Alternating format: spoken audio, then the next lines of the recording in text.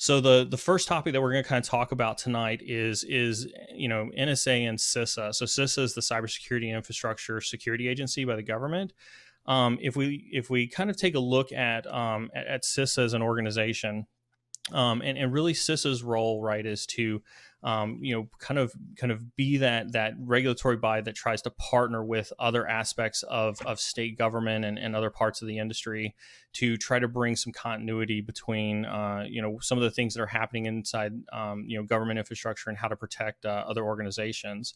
And so we want to kind of talk about CISA because some interesting things have happened if we look at like the last 30 days between several government bodies. So if we go back, a couple weeks ago, actually, U.S. Cyber Command released an alert on the F5 vulnerability. We covered that in a stream several weeks ago, which is one of the first times that we've actually seen NSA vis-a-vis U.S. Cybercom really kind of publicly come out and talk about a vulnerability. And they were very adamant about it, right? They said, you have to patch this vulnerability like right now. And here in the last couple of days, we've actually seen NSA and CISA come out again together with a joint message specifically around the need to harden and protect a lot of operational technologies, control systems. Really, what we're talking about here is things that run a lot of manufacturing sites and things that run, a lot of the machinery for things like wastewater treatment plants, power grids, train systems, things of that nature. And so really what I kind of wanted to kind of throw over to you, AJ, like first and foremost, right, is, we've always struggled to see partnerships between the federal government and its ability to identify and disclose attacks and vulnerabilities. Do you think that this is a sign of new things to come? Yeah, it's really interesting, right? And I've been looking at this myself a little bit. It reminds me a bit going back in time. A long time ago, obviously, you mentioned I was at the agency, and NSA used to have the IAD, the Information Assurance Directorate, and that was NSA's attempt to work with private industry to notify them of issues that came up through signals intelligence that often related to national security interests. This is building on that, I think. I think there's some real potential for success here. I always mitigate anything I say because, we all have challenges. The government's a model of inefficiency. It finds ways to make things more difficult sometimes. To put it nicely, he says, to put it nicely.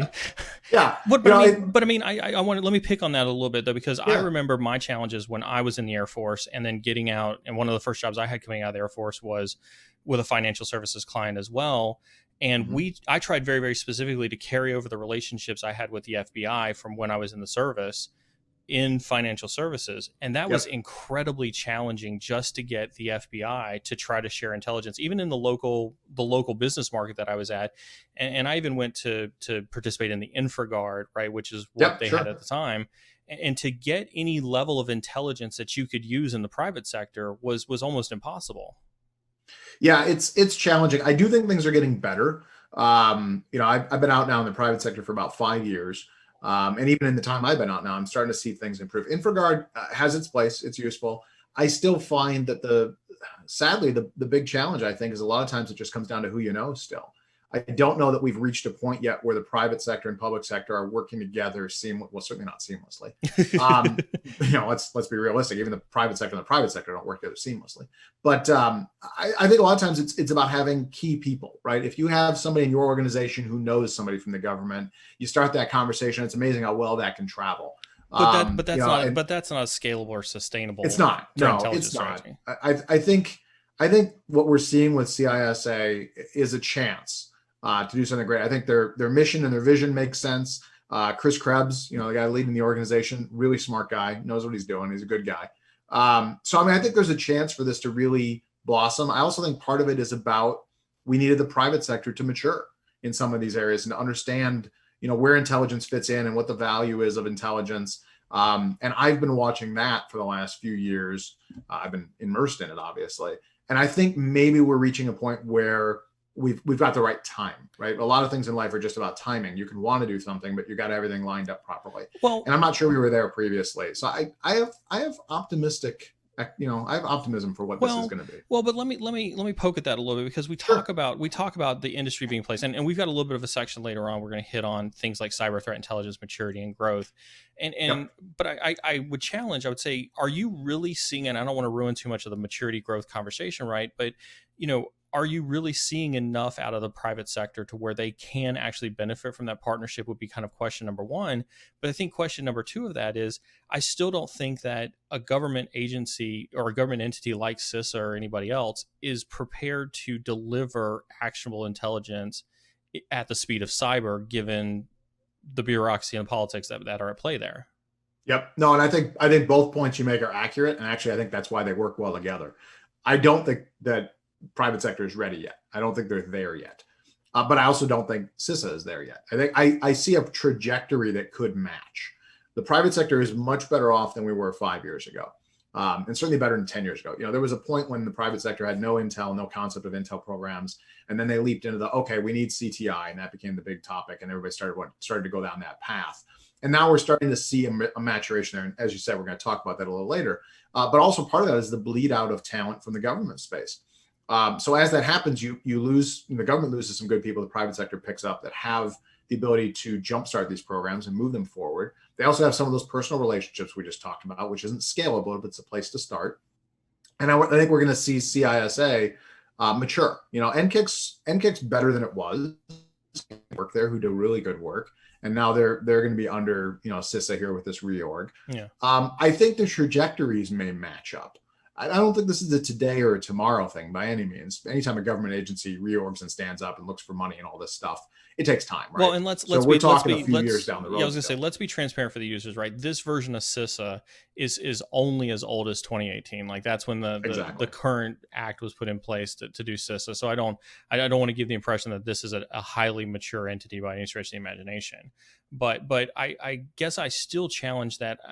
Does and this kind of carries over as well, is, do you think that CISA is going to be able to staff in such a way that it's going to be able to provide resources to the various private sector and state entities? Because if when you talk about this one, right, where it talks about being a savior to state and local cybersecurity, when we look at like the Atlanta ransomware incident or what happened in Dallas, municipal government and things like that, now you're talking about an organization that has to partner with every municipality inside the United States of America, and then also has to try to provide a fluid mechanism that exists between the government and that private sector business.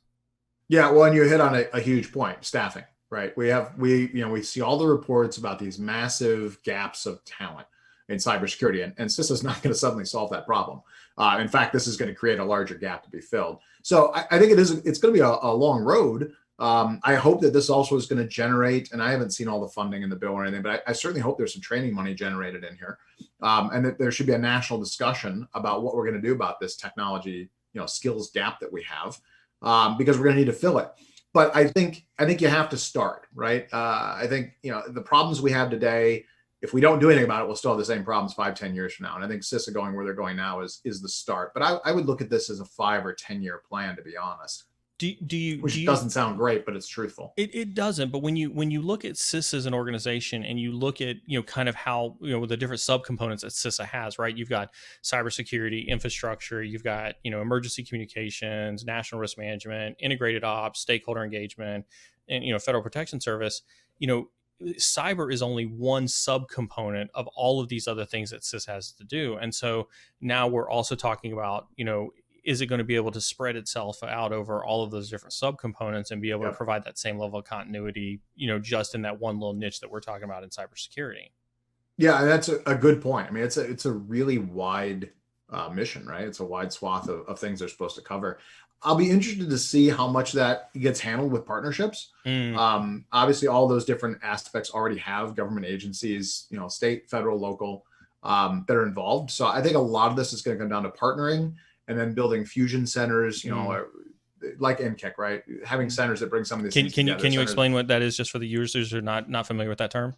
Oh yeah, the NCIC is the national. God, what is? You're going to put me on the spot. It's the national. You didn't study for this one. I didn't. Yeah, I didn't study. The good news is I have Google. It's the National Cybersecurity and Communications Integration Center. So it's the unified watch floor inside of what is CISA now. It was DHS created at one point, right? So it's designed to unify and bring together all different agencies, several, I think all at this point, different intel agencies together to specifically conquer cybersecurity and communications concerns. So I think we'll see.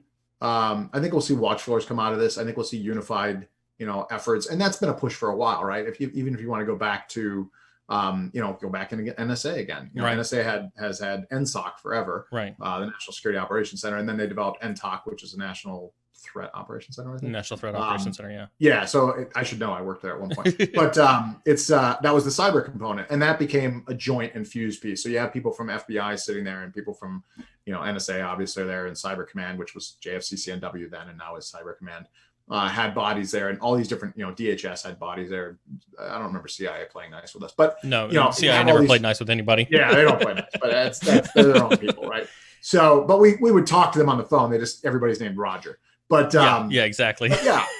So, but I think that was the beginning of this, and there were some real success stories that come out of these, fused intel programs, right? These floors where people can communicate with one another. So I suspect we'll see some of that come out of this, because I don't see a way in which CISA is going to be able to man all of those different aspects themselves. But they may be a clearinghouse for some of that. It's a bold objective, that they're coming on. It's high level. It's going to come with a lot of money, which is always nice for those guys, and a lot of responsibility. And I'm sure that there's going to take a lot of time to build this out properly. Well, and so it's funny you mentioned